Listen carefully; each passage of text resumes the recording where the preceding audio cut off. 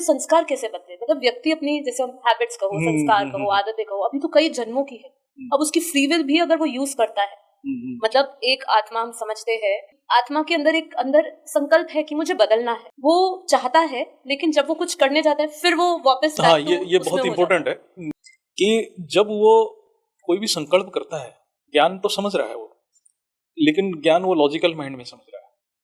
जो उसका conscious mind है वो लॉजिक को यूज कर रहा है, सुन रहा है, लॉजिक को यूज कर रहा है, समझ रहा है और संकल्प भी कर रहा है।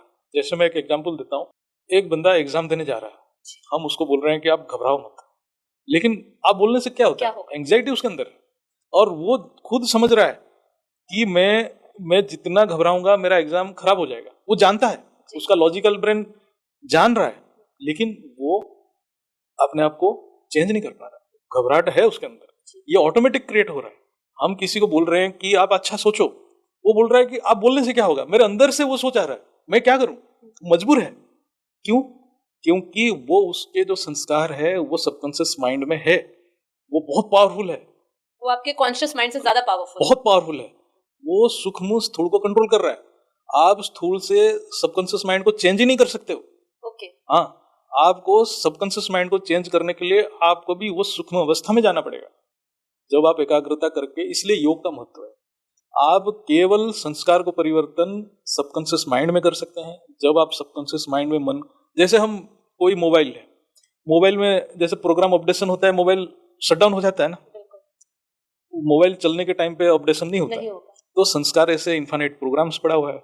हम एक प्रोग्राम भी चेंज करना चाहते हैं कि 10 प्रोग्राम अपडेट करना चाहते हैं, तो डेड होना पड़ेगा, तो सबकॉन्शियस माइंड में जाना पड़ेगा, एकाग्र होना पड़ेगा, तभी वो प्रोग्राम को आप डिलीट करके नया प्रोग्राम डालिए।